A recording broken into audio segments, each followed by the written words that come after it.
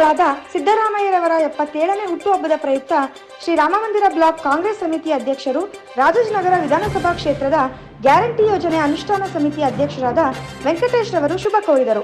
ಇದೇ ಸಂದರ್ಭದಲ್ಲಿ ವೆಂಕಟೇಶ್ ರವರು ಮಾತನಾಡಿ, ಜಾತ್ಯತೀತ ಸಿದ್ಧಾಂತದ ಹರಿಕಾರ ನುಡಿದಂತೆ ನಡೆದಂತೆ ನುಡಿದ ಮಹಾನ್ ವ್ಯಕ್ತಿ ಸಿದ್ದರಾಮಯ್ಯರವರು.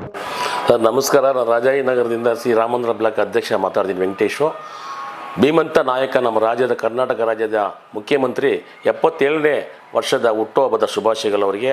ನಮ್ಮ ರಾಜಾಜಿನಗರದ ಕಾರ್ಯಕರ್ತರ ಪರವಾಗಿ ಅವರಿಗೆ ಇನ್ನೂ ಹೆಚ್ಚಿನ ಶಕ್ತಿ ಕೊಟ್ಟು ಈ ದೇಶಕ್ಕೆ ಇನ್ನೂ ಒಳ್ಳೆ ಕೆಲಸಗಳನ್ನ ಮಾಡೋಕ್ಕೆ ಅವರಿಗೆ ದೇವರು ಶಕ್ತಿ ತುಂಬಲಿ ಅಂತ ಕೂಡ ನಾವು ಅವ್ರು ಹಾರೈಸ್ತಾ ಇದ್ದೀವಿ. ಸರ್, ಸಿದ್ದರಾಮಯ್ಯ ಅಂದರೆ ಹೈಂದ್ರ ನಾಯಕ. ಇಡೀ ದೇಶದಲ್ಲಿ ಅವ್ರದ್ದೇ ಆದ ವರ್ಚಸ್ಸನ್ನು ಹೊಂದ್ಕೊಂಡಿದ್ದಾರೆ. ಇವತ್ತು ರಾಜ್ಯದ ಮುಖ್ಯಮಂತ್ರಿಯಾಗಿ, ನೀವು ಕಾಂಗ್ರೆಸ್ ಮುಖಂಡರಾಗಿ ಅನೇಕ ಭಾಗ್ಯಗಳನ್ನು ಜನರಿಗೆ ನೀಡಿದ್ದಾರೆ. 2ನೇ ಬಾರಿ ಮುಖ್ಯಮಂತ್ರಿ ಆಗಿದ್ದಾರೆ. ಏನು ಹೇಳ್ತೀರಾ?